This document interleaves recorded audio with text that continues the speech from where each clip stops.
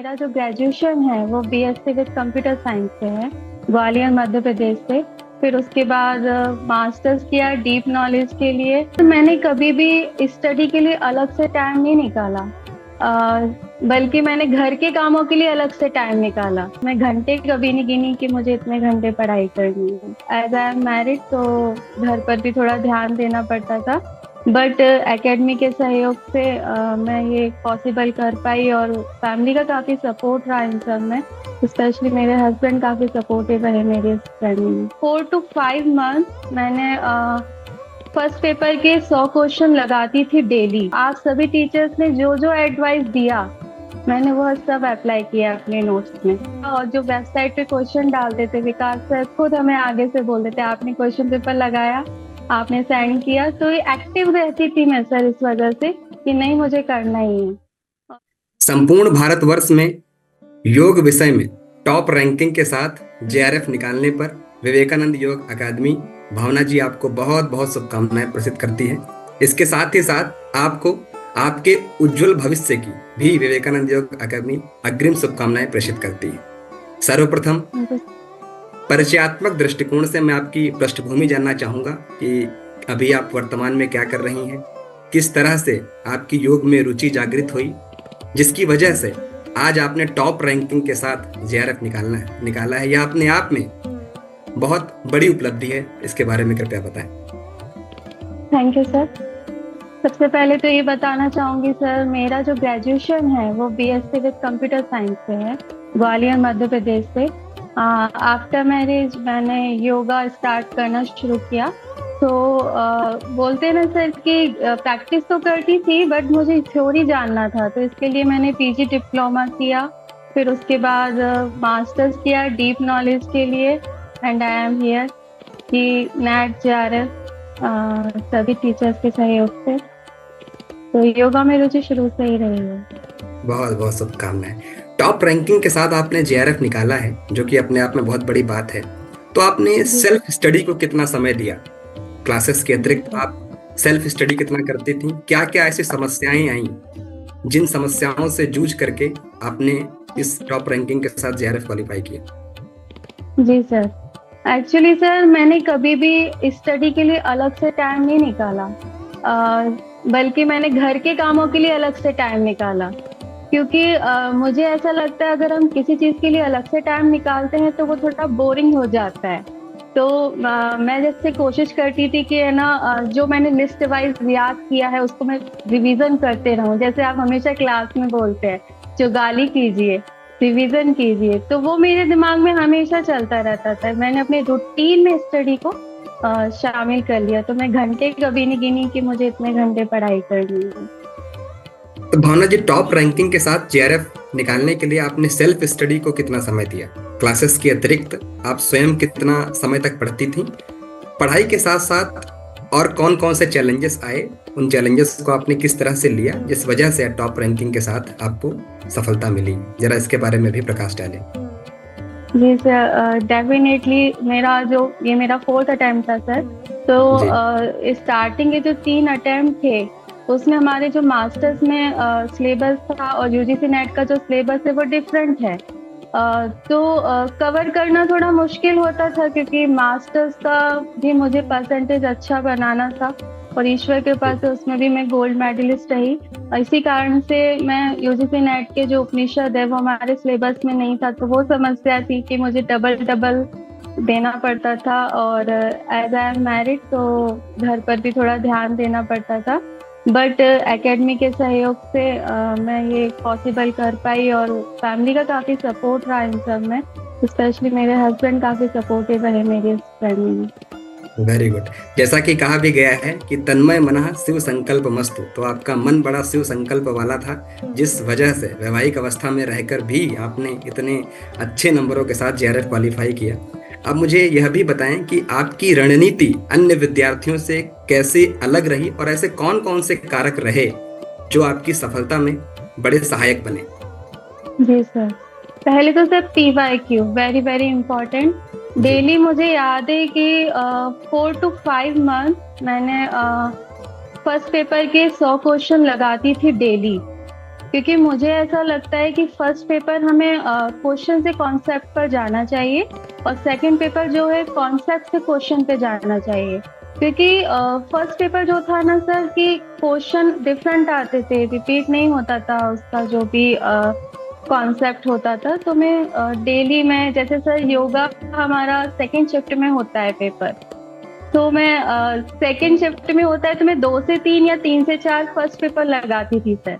मैंने अपना एक रूटीन बना लिया था कि मुझे लगाना ही है, और एकेडमी की जब क्लासेस हो जाती थी तो फर्स्ट पेपर में तब लगाती थी। और सेकंड पेपर सर डेली आप पूछते थे तो वो डर रहता है ना सर कि सर पूछेंगे, तो रिवीजन मेरा उसके लिए चलता रहता था। और notes, very important role, notes का काफी बड़ा रोल है। और मेरे नोट्स देखेंगे ना सर तो आप सभी टीचर्स ने जो जो एडवाइस दिया मैंने वह सब अप्लाई किया अपने नोट्स में। जैसे आप बोलते थे सर कि A4 साइज में बनाना है, जितेंद्र सर बोलते थे दोनों साइड लाइन करके बनाना है। जो आपको नहीं आता वो आपको जो आता है आपको वो नोट्स में नहीं लिखना है, आप बताते थे सर। तो मैं वही लिखती थी अपने नोट्स में जो मेरे को रिवीजन करने में प्रॉब्लम है या मुझे याद नहीं रहता है। तो नोट्स का काफी बड़ा रोल रहा मेरे इसको अचीव करने के लिए। बिल्कुल, बहुत सारे विद्यार्थी यह सीखेंगे किस तरह से पीवाईक्यू का क्या रोल रहता है, नोट्स का क्या रोल रहता है। लगातार हम सभी शिक्षकों अपनी क्लास में ये बताते रहते हैं कि नोट्स पीवाईक्यू का जो रोल रहता है वो बहुत ज़्यादा महत्वपूर्ण रहता है। अब जैसा कि आपने बताया कि वैवाहिक अवस्था में हैं अभी आप, बहुत सारे विद्यार्थी वैवाहिक जीवन में रहकर भी नेट जेआरएफ क्वालिफाई करना चाहते हैं, या फिर जो जॉब करते हैं उस अवस्था में भी वो चाहते हैं कि हमारा नेट जेआरएफ हो जाए। तो आपका व्यक्तिगत अनुभव कैसा रहा? वैवाहिक अवस्था में रह करके आपको कौन कौन से नए नए चैलेंजेस महसूस करने पड़े एज अ टॉपर, चूंकि आप टॉपर भी रही हैं, और क्या क्या किस किस तरह से उन चुनौतियों को आपने स्वीकारा सकारात्मकता के दृष्टिकोण से, और कैसे उन चैलेंजेस को आपने लिया और फिर इतने बेहतरीन अंकों के साथ टॉप रैंकिंग के साथ जेआरएफ निकला? जरा उस पर भी प्रकाश डालिए। जी सर, डेफिनेटली सर। जॉब करते हैं, मैरिड हैं, कोई भी रीजन की वजह से जो टाइम नहीं निकाल पाते हैं अलग से स्टडी के लिए, तो मैं कोशिश करती कि मैं जो भी काम कर रही हूँ अगर मैं उसमें अपना जो चीज मैंने कल लर्न की है तो उसको मैं रिवाइंड करती थी कि अच्छा मैंने कल ये पढ़ा था तो मुझे वो याद है कि नहीं है। एग्जाम्पल के लिए बताती हूँ, जैसे नाद बिंदु उपनिषद में 12 मात्रा है, तो वो क्वेश्चन रिपीट ही होता है इतनी बार प्रीवियस ईयर के क्वेश्चन में, लेकिन मेरे मन में हमेशा चलता था कि मैं पढ़ती रहूं। मैं रात को सोने से पहले सर ऐसा कभी नहीं हुआ कि मैंने योग सूत्र नहीं पढ़ा हो। ऑलमोस्ट 4 मंथ से मेरा यही रूटीन था, सोने से पहले मुझे योग सूत्र रिवाइज करना है। फिर वो आदत में आता गया सर, भली मैं घर का काम कर रही हूँ या खाना बना रही हूँ, इवन शॉपिंग कर रही हूँ, तो मुझे वो याद करना है। ऐसा मैंने स्टडी किया, प्रॉपर स्टडी टेबल बिछा के और पढ़ने बैठना। इसके लिए मैंने बैठी नहीं कि मैं प्रॉपर अलग से पढ़ने बैठूं, वो मेरा अलग टाइम रहता था सर। जब मैं एकेडमी की क्लास लेती थी तब मैं प्रॉपर बैठती थी, वरना चलता रहता था सर मेरा स्टडी टाइम मैनेज के। क्या बात है। जैसा कि अभी भावना जी ने बताया कि वैवाहिक जीवन में रह करके भी वह किस तरह से स्टडी करती थी, अगर भोजन बना रही हैं या मार्केट में जा रही हैं तब भी वह अध्ययन अध्यापन का क्रम चलता रहा। तो जो विद्यार्थी इस इंटरव्यू को देख रहे हैं वह यह सीखने का प्रयास करें कि आप भी लगातार अध्ययन करते रहें। अगर आप बाहर जा रहे हैं, आप भोजन बना रहे हैं या आप जॉब कर रहे हैं, खाली समय है, तो जरूर अध्ययन अध्यापन का क्रम जारी रखें। क्योंकि मैं हमेशा क्लासेस में कहता हूं कि केवल लाइव क्लास अटेंड करने से नहीं निकलता है, आपको स्वयं स्टडी, स्व अध्ययन, सेल्फ स्टडी जिसको बोलते हैं, उस पर भी ध्यान रखना पड़ता है। जो यहाँ पर भावना जी ने बताया है वो बहुत क्रमवार, बहुत महत्वपूर्ण बिंदुओं पर चर्चा करी है, निश्चित रूप से आप सभी के लिए लाभकारी रहेंगे। मैं हमेशा कहता हूँ, आंखों में अरमान लिया, मंजिल को अपना मान लिया, मुश्किल के आसान क्या, ठान लिया तो ठान। अब भावना जी ने ठान लिया था कि इनको जेआरएफ निकालना है और टॉप रैंकिंग के साथ। क्योंकि ये टॉपर रही हैं तो यहाँ पर भी टॉप करना था। तो जो विद्यार्थी टॉप रैंकिंग के साथ जेआरएफ निकालना चाहते हैं अच्छे मार्क्स के साथ, तो रणनीति इसी तरह होनी चाहिए जिस तरह अभी यहाँ पर भावना जी जो हमारी टॉपर हैं उन्होंने साझा करी। अगला प्रश्न मेरा यह है कि आपने एकेडमी हमारी ज्वाइन करी, तो हमारी एकेडमी में बहुत सारे शिक्षक हैं, बहुत सारे टेक्निकल टीम के भी लोग हैं, तो उनका क्या क्या योगदान रहा? क्योंकि ये उपलब्धि जो आपको प्राप्त हुई है निश्चित रूप से बहुत महत्वपूर्ण है, तो उस उपलब्धि में बहुत सारे शिक्षकों का भी हाथ रहता है। तो हमारी एकेडमी का किस तरह से रोल रहा, जरा उसको भी बताने। जी सर, सबसे पहले तो सर टेक्निकल टीम के बारे में बोलूंगी क्योंकि मुझे लगता है कि एक होता है ना आपको जगाने के लिए। तो जी जी। विकास सर, अनुजा मैम, जब मैं अपनी स्टडी पूरी कर लेती थी तो एक नोटिफिकेशन आ जाता था, Vivekananda Yoga Academy study material add हो गया है। तो फिर जी नींद ही नहीं आता था, क्योंकि आज जो क्लास में पढ़ाया है वो एक बार देखने कैसा लगता था। तो ये थोड़ा टेक्निकल टीम का बड़ा योगदान रहा। और जो वेबसाइट पे क्वेश्चन डालते थे विकास सर खुद हमें आगे से बोल देते, आपने क्वेश्चन पेपर लगाया, आपने सेंड किया, तो ये एक्टिव रहती थी मैं सर इस वजह से कि नहीं मुझे करना ही है। और सभी टीचर्स, इवन यू सर, हमेशा आप, हाँ थोड़ा सा कभी कभी डर भी लगता था सर आपसे कि सर आप पूछेंगे, नहीं बता पाए तो सर बोलेंगे, लेकिन मुझे लगता है आपका जो पूछने का स्टार्टिंग में रहा है उसी वजह से डर होना भी जरूरी है। इससे आपका एक नियम बना रहता है कि सर पूछेंगे तो आज हमें फिनिश करना ही है। बिल्कुल। मनन सर ने भी एक बार कहा था कि जो भी टॉपिक क्लास में पढ़ाया जाता है उसको उसी दिन या अगले दिन उसको अगर हम नोट डाउन कर लेते हैं तो वो आपके दिमाग में छप जाता है। और ये बात मेरे दिमाग में छप गई। तो मेरा यही रूटीन रहता था कि बस क्लास में टॉपिक फिनिश हुआ, मेरा कल तक ज्यादा से ज्यादा दूसरी क्लास शुरू होने से पहले नोट्स बन जाते थे, शॉर्ट नोट्स। और जो अनुजा मैम श्लोका वगैरह याद करने को बोलती थी, क्योंकि आजकल एग्जाम बहुत डीपली पूछने लगे हैं, बिल्कुल तो वो बिल्कुल। काफी हेल्पफुल रहा मेरे लिए। जितेंद्र सर को मैंने बहुत परेशान किया है क्वेश्चन पूछ पूछ के। और अभिलाष सर डेफिनेटली, जो वेबसाइट पे एकेडमी की तरफ से क्वेश्चन आंसर होते थे तो मेरे रॉन्ग हो जाते थे सर, तो मैं थोड़ा अपसेट हो जाती थी, क्योंकि एक होता है ना सर आते हुए भी क्वेश्चन गलत हो रहा है। तो अभिलाष सर हमेशा मोटिवेट करते, नहीं आप भावना जी कल लगाइए और फिर मेरे को स्कोर भेजिए। तो मैं लगाती थी, फिर वापस से उनको भेजती थी। तो मेरा जो इम्प्रूवमेंट है ना सर, ये टीचर्स के इन्वॉल्वमेंट की वजह से ही हुआ, क्योंकि मुझे पता है कि मेरी जो जर्नी है ना उसमें वो लोग भी मेरे संग एक्टिव हैं, तो मैं ऑटोमेटिकली एक्टिव हो जाती थी। एक each one of you sir, बहुत हेल्पफुल रहा आप सबका इन्वॉल्वमेंट यहाँ तक पहुंचने में। काफी जर्नी मेरी इंटरेस्टिंग रही।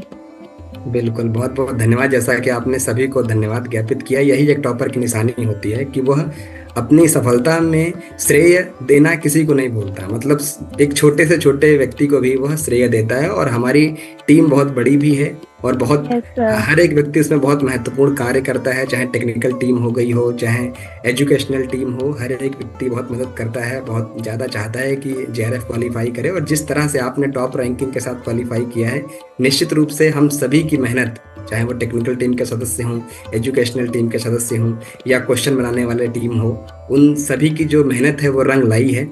अब अंतिम प्रश्न के रूप में आप क्या अन्य विद्यार्थियों के लिए, जो कि एक परंपरा रही है कि जब भी कोई हमारे एकेडमी से सफल होता है बहुत अच्छी रैंकिंग के साथ, तो उसके सुझाव जो है वो विद्यार्थी बहुत हृदय से अंगीकार करते हैं, उसे स्वीकार करते हैं। तो आप अपने सुझाव अगर देना चाहती हैं आगे आने वाले विद्यार्थियों के लिए, तो बहुत ज़्यादा अच्छा रहेगा। चाहे वो बैचलर स्टूडेंट हों या जॉब करने वाले हों या मैरिड लाइफ वाले हों, तो उनके लिए अगर आपका कोई सुझाव हो तो जरूर दीजिए। जी सर। सबसे पहले तो मैं कहना चाहूंगी सर, जो मास्टर्स कर रहे हैं अभी, या उनका मास्टर जस्ट फिनिश होने ही वाला है, तो पहले अपने मास्टर से फोकस कीजिए। क्योंकि मुझे ऐसा लगता है सर, मास्टर्स में हम अगर अच्छे से पढ़ाई करते हैं तो यूजीसी नेट का आधा सिलेबस कंप्लीट हो ही जाता है। क्योंकि डीप नॉलेज होना जरूरी है अभी के क्वेश्चन पेपर को देखते हुए। और जो मुझे हेल्पफुल हुआ, टाइम मैनेजमेंट, ये सबसे बहुत इम्पोर्टेंट है सर। क्योंकि आजकल मैंने देखा है कि कॉन्सेप्ट पहले कर लेते हैं, पीवाईक्यू बाद में लगाएंगे जब सिलेबस हो जाएगा। नहीं, आपको अभी से ही स्टार्ट करना है। हो सकता है आपको क्वेश्चन समझ नहीं आएगा कि क्वेश्चन कहाँ से लिया गया है, तो सर कभी कभी दिन एक सा नहीं होता, कभी कभी लर्न करने का मन नहीं होता, तो कभी नोट्स बनाने का मन नहीं होता। तो मैं, कंसिस्टेंसी बहुत इंपॉर्टेंट है। आज अगर आपको लर्न करने का मन नहीं है तो आप पीवाईक्यू निकालिए, कॉन्सेप्ट नोट डाउन कर लीजिए, तो आपका एक काम फिनिश हो जाएगा। आज अगर आपका पीवाईक्यू लगाने का मन नहीं है तो नोट्स बना लीजिए, लेकिन फ्री नहीं रहना है, एक्टिव रहना है। और कंसिस्टेंसी से आपकी बनी रहती है, लिंक नहीं टूटता है। Group discussion very very important sir. मेरा जो जर्नी रही है, मेरे जो फ्रेंड्स हैं उन्हें मैं नहीं भूल सकती, क्योंकि ग्रुप डिस्कशन से काफी चीजें क्लियर होती हैं। अगर हम डिस्कस नहीं कर पा रहे हैं तो एटलीस्ट हमें जो पीवाईक्यू लगाया तो एक क्वेश्चन जो मुझे क्लियर नहीं हुआ मैंने ग्रुप में भेज दिया, तो वो बिल्कुल जब बताते थे कि अच्छा इसका इस तरीके से होता है तो मुझे क्लिक करता रहे ये मुझे क्यों नहीं आया। तो सर जरूरी है कि आप ग्रुप डिस्कशन करें, ग्रुप डिस्कशन का टाइम नहीं है तो एटलीस्ट क्वेश्चन शेयर करें। इससे दूर बिल्कुल आपका दिमाग खुलता है कि उसका क्या तरीका है सोचने का, क्योंकि हम ही पढ़ रहे हैं, टीचर्स पढ़ाएंगे फिर हम बस बैठ जाएंगे तो उससे स्टडी नहीं होगी सर। और फर्स्ट पेपर के लिए मैं कहना चाहूंगी कि यूट्यूब का भी मैंने हेल्प लिया, क्योंकि पीवाईक्यू जो मैंने देखे वो नए कॉन्सेप्ट पे बेस्ड थे। हमारा जो बिल्कुल बिल्कुल बेसिक जो था वो हमारा एकेडमी में क्लियर करवा ही देते थे Jitendra sir, Abhilash sir. But जो कॉन्सेप्ट नए नए आते हैं उनको आप यूट्यूब पे उसी वक्त देखिए, कॉन्सेप्ट निकालिए। और डेली का रूटीन रहता था सर, मेरे 15 कॉन्सेप्ट डेली तैयार होते थे जिन्हें मैं डेली लर्न करती थी। फर्स्ट पेपर को अवॉइड करते हैं सर, वो मैंने गलती अपने 3 अटेम्प्ट में की जिससे मैंने सीखा। और मैंने फिर उस पर काम किया तो मेरा 4th अटेम्प्ट में फाइनली JRF हुआ। बहुत सारे थैंक यू सर। विद्यार्थियों के लिए जो आपने टिप्स दिए हैं निश्चित रूप से उनके लिए लाभकारी रहेंगे। पुनः जी से सर। आपको संपूर्ण विवेकानंद योग अकादमी की तरफ से आपको आने वाले उज्जवल भविष्य की पूरी विवेकानंद योग अकादमी टेक्निकल टीम, एजुकेशनल टीम आपको हृदय से धन्यवाद प्रेषित देती है, शुभकामनाएं थैंक प्रदान यू सर। करती है। Thank you so much. धन्यवाद धन्यवाद। Thank you.